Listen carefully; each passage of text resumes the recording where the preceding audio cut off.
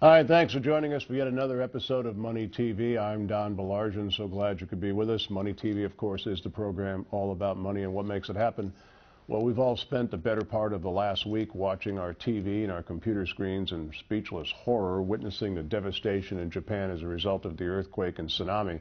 It's really the very first time we've seen such video images of the destruction that takes place as a result of a giant tsunami, and frankly, kind of look like something out of a special effects movie, but as we all know, this is no movie, there's no script, and no one's going to yell cut. Now, Japan is the third largest economy in the world and was definitely going to play a significant role in the fledgling economic recovery the globe has finally begun to experience. But entire towns in Japan have been wiped away. 10,000 or more are feared dead. Nuclear power plants are failing, and the Prime Minister called it the worst disaster since World War II. Now, rebuild they will, and rebuild they must, but when looking at the tragedy strictly in economic terms, how is this going to be done, and how will it affect the rest of the world?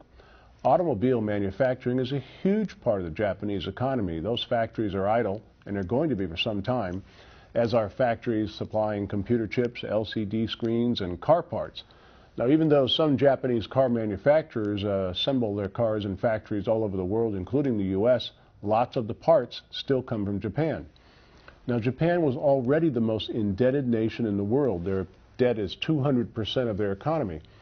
In order to pay for reconstruction, Japan may have to sell some of their holdings of treasury bonds, and that would hurt the United States, raising their borrowing rates and rendering it more difficult to finance their own debt.